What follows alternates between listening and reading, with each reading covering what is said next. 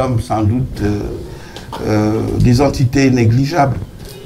Je leur ai dit, il y a le prestige du doctorat, c'est un diplôme prestigieux, mais vous n'avez aucune considération pour les gens qui travaillent à faire acquérir des connaissances au futur docteur. Vous n'avez aucune considération.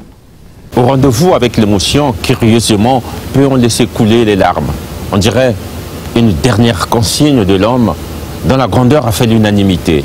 Dominique Ngoï Ngala, m'a-t-on appris ici, au cimetière de l'Aimé-sur-Seine, Dominique a eu une vie pleine, celle de cet enfant venu des lointaines terres de Mandou, celle d'un père, d'un frère, avec tout le prolongement possible de la famille africaine, surtout la vie de l'enseignant, la vie de l'écrivain, la vie du poète, lui l'historien, le philosophe et voire digne religieux qui pourtant a bien porté toutes les vestes des lettres ou presque le vrai intellectuel. Les amis et parents de leur tenue sombre vêtue, sans l'avouer, ont tous fait passer le message. Pleurer ici serait manquer de philosophie. Ces recommandations tout au long de notre cheminement ensemble étaient celles du courage. C'était un père, mais c'était également un ami. C'était la personne qui, par l'envergure de son savoir, épousait l'ensemble de mes questions.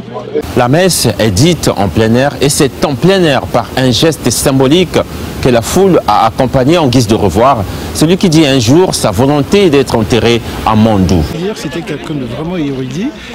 Il était historien, il était philosophe, il était poète et tout. Et donc voilà, il était le président de mon jury. Et c'est comme ça en tout cas que j'ai eu le premier contact avec le professeur. Ngoï nous faisait l'insigne honneur de participer à toutes les rencontres philosophiques que nous organisions à l'époque à l'amphi 2 de la fac de lettres de Bayardel. Il était toujours de nos agapes philosophiques. C'était un fidèle compagnon de la philosophie.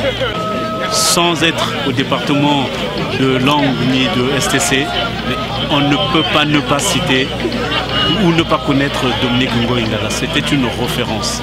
Moi, personnellement, ce qui m'impressionnait, c'est qu'il était capable de dater tous les faits auxquels il faisait référence.